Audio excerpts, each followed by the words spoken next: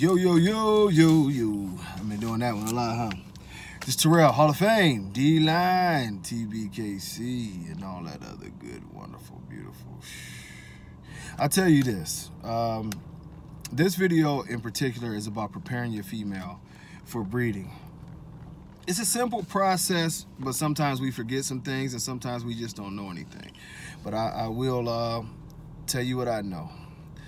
And I learned this through experience. I've actually screwed up a couple times in this category. It's a damn shame with my history that I did. But anyway, first and foremost, this is I know some people, oh, you got to do that anyway. Just follow me, no critics. You first and foremost want to make sure that your dog is properly vaccinated. You want to make sure that your dog is properly treated for parasites. It's very, very hard for a female that already has some kind of parasite to go into a pregnancy, because during that pregnancy, of course, the parasites are affecting her puppies that's inside of her. But at the same time, it's hard to treat them, when the female is pregnant, because you have to be a lot more careful because she's pregnant. So you want to make sure that she's parasite free first, deworm her, make sure she, you give her a good medication. I like Brevecta because it gives, or Brevecto, however you pronounce it, but it gives you that 3 months coverage, so that covers you throughout the whole entire pregnancy, which is wonderful.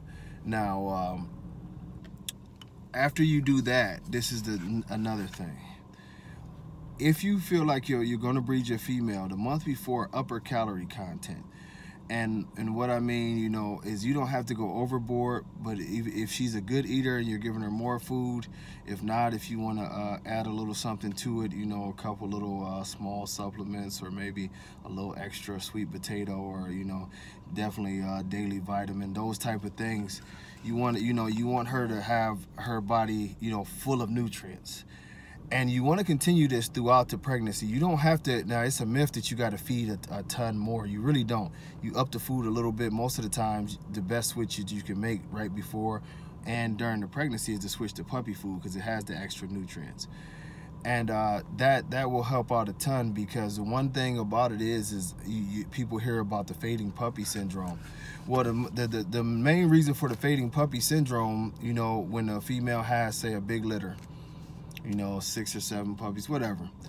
And, throughout the next couple of weeks, you just notice that even though the dogs are feeding off of the mom, they're starting to get, like, within a day, you'll just see them and they go away. They dehydrate, they start crying a lot, and, within a day, they'll be dead, And it's not, you can try a lot of stuff like the Pedialytes and different stuff to try to rehydrate them, the goat's milk and this and that. But it's really, really hard, because one of the reasons is they're underdeveloped. Their internal is underdeveloped, so it doesn't allow them to process the nutrients properly. And this is all because during the pregnancy, they didn't get the proper things in their system that they needed to develop properly in the womb. And so outside of the womb, they start off in a negative aspect, and it's hard for them to catch up. And most of them don't. You'll see, you've heard plenty of people say that they had bigger litters, and one by one, the puppies died. The mom was taking care of them, nursing them, and it didn't matter. This is why it's crucial that you feed a ton of every nutrient. One of the biggest mistakes that we make in the bully world especially is that we feed a ton of meat. Too much vitamin D can be adverse on your puppy. Not getting enough of the other vitamins, of course, is very adverse. So we have to pay specific attention to what we're doing and what we're feeding to make sure that the diet is balanced and the puppies are getting everything.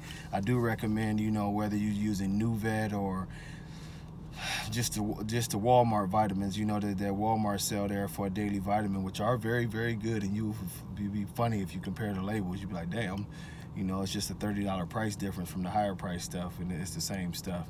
But give them a daily vitamin and make sure that they're on point with that.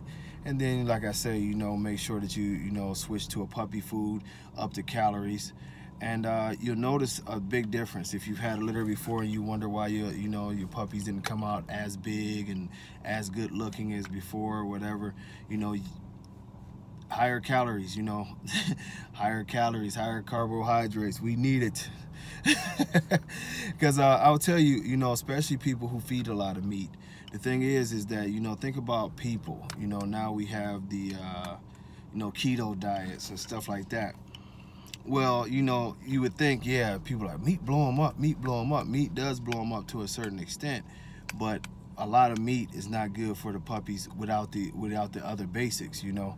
And you'll notice that when your female has her puppy, she'll be skinny. And a good fed female, you know, won't break down so fast.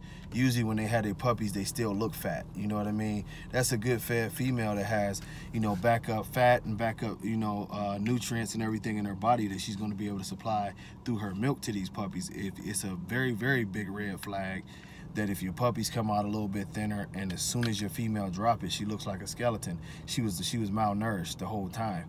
Because sometimes you get tricked because with her being pregnant, she'll look a little fatter. But no, when she drops those puppies, you'll see where you failed in feeding.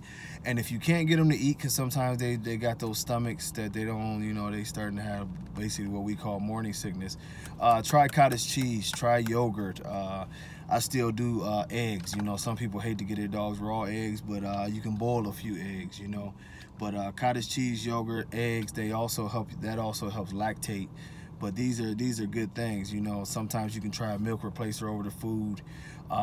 One of my old tricks to get them to eat the kibble more is, you know, a little bit of milk replacer and sprinkle some molasses over the top of it. They like the sweetness of the molasses and mix it all up, and they like it that way.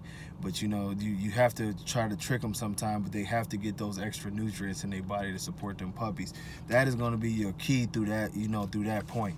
If you come out with good fat puppies, you'll know that you did your job because they're ready to live. They already got fat deposits. They already, you know, blew up, and it makes it a lot better. And more than likely, if those puppies are already fat and ready to go, that means mom's milk is probably pretty rich and she's going to be ready to go.